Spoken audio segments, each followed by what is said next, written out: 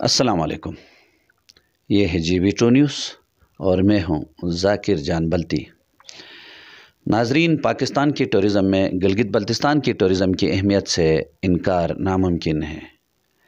यहाँ न सिर्फ बहारों गर्मियों में टूरिस्ट का फ्लो ज़्यादा रहता है, बल्कि सर्दियों में भी पूरी दुनिया से माउंटेनियर्स और दूसरे टूरिस्ट यहाँ पर मौजूद 2500 से ज़ायद ग्लेशियर्स को देखने आते हैं। हम अगर टूरिज़म की रेवेन्यू की बात करें तो 2023 तक पाकिस्तान की टूरिज़म की रेवेन्यू 1000 बिलियन रुपए तक पहुंच चुका है। मजमूई रेवेन्यू में से 50% या 500 बिलियन रुपए यकीनन गिलगित बल्तिस्तान की रेवेन्यू हो सकता है। इतने खासे रेवेन्यू के बावजूद यहाँ बल्तिस्तान को मुल्क के दिगर इलाकों शहरों से मिलाने वाली शाहराह बल्तिस्तान एक खौफ की अलामत बना हुआ है।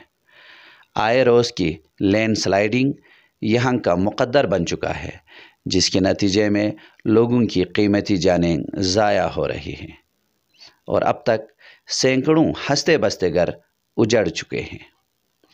अगर सूरत हाल यूं ही बरकरार रहे तो अगले चंद सालों में नेशनल और इंटरनेशनल टूरिस्ट फ्लो में नुमायां कमी हो सकती है।